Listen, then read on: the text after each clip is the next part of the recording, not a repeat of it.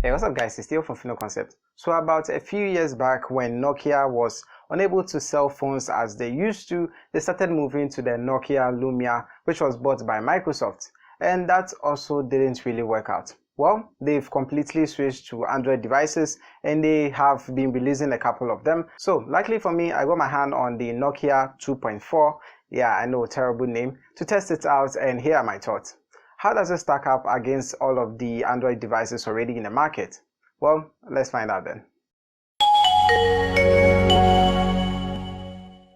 So let's get the specs out of the way first. It's running on Android 10 with planned upgrade for Android 11. A MediaTek processor, that is the Helio P22 chipset, which is the exact same chipset as the Tecno Camon 12 and the Camon 15. With 32 gigs of storage with 2 gigs of RAM or 64 gigs of storage with 3 gigs of RAM, and it's all running on a massive 4500 mAh battery. Now, running on Android 10 with no extra skin is a great idea. It makes the phone feel fast even with these low-end specs. Now, this is a beautiful phone and incredibly big.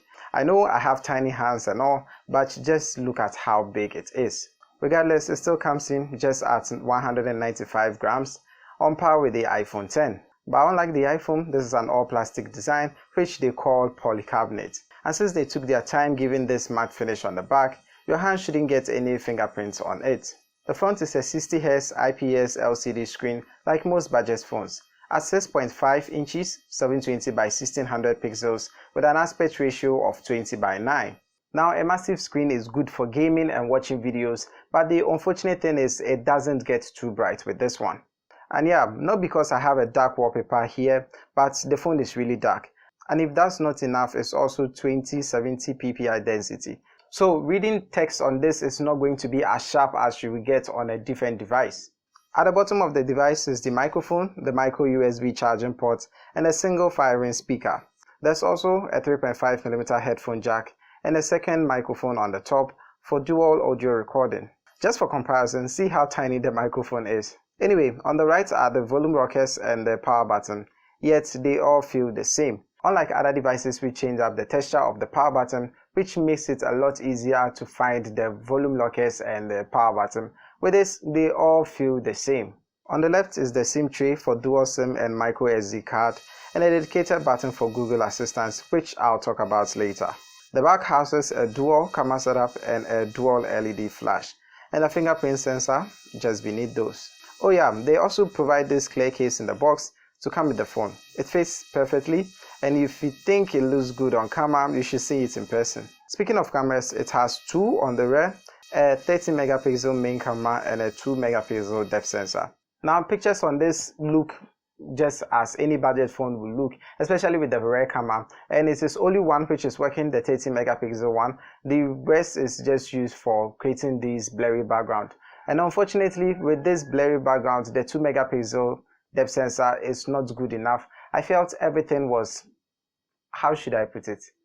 Everything was software intense. So instead of actually blurring the background with the hardware, it was just trying to create some blurry background using the camera app instead. Anyway, video recording is at 1080p, 30 frames per second, and here's how it looks and it's like. Alright, so this is the visual quality of the rear facing camera and the sound quality as well. I don't know if you are wearing headphones, see if you can get the audio from the right, the audio from the left. If it does work, then this is cool. They also have some form of zoom in there, so you can zoom out and zoom in, but as you can tell, it's not going to be as smooth and as powerful as the actual zoom if you have a telephoto lens. This is all just digital, so yeah, how unfortunate. The front camera in this water drop display is a 5 megapixel f2.4. Pictures aren't great, honestly. I thought at f2.4 I could get some blurry background, but no. Funny enough, the blurring of the background is, like I said, only in the camera app, and it is not so great.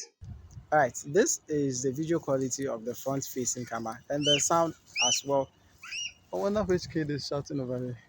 Anyway, let me know if it looks any good. Sorry, I'm not looking at the camera. I'm trying to see if the exposure is right.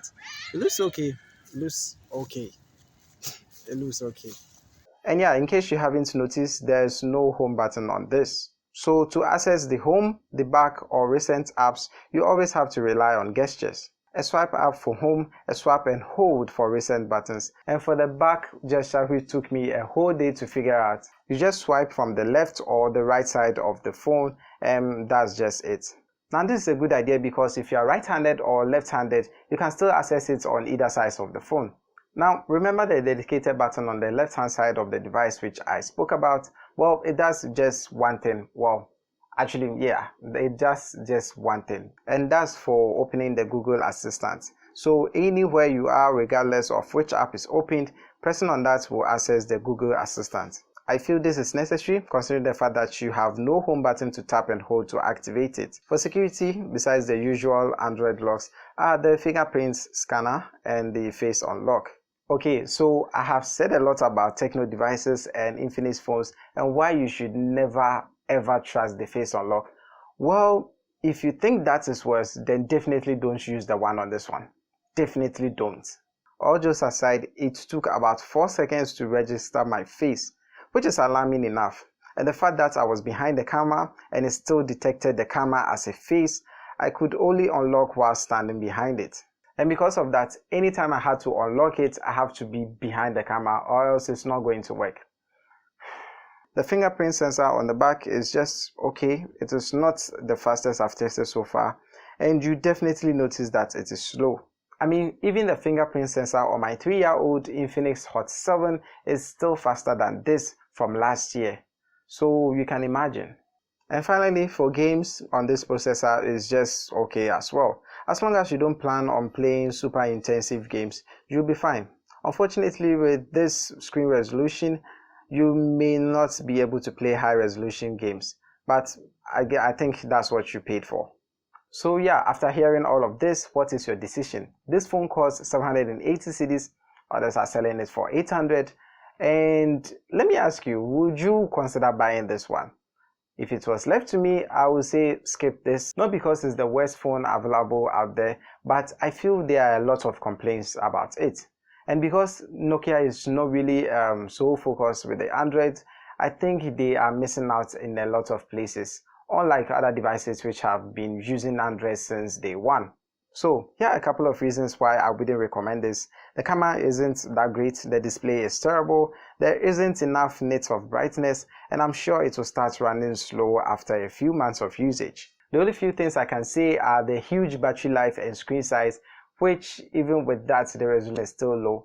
So apart from that, I don't think I will be going for this. Anyway, thank you guys for watching. If you like this video, please give it a thumbs up, subscribe to this channel and other channels which I have them linked below. And as always, don't forget to share with your family and friends. This is still from Fino Concept, and I'll talk to you guys in the next one.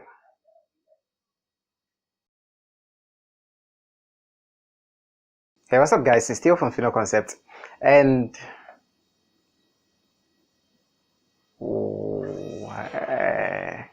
come on, no more.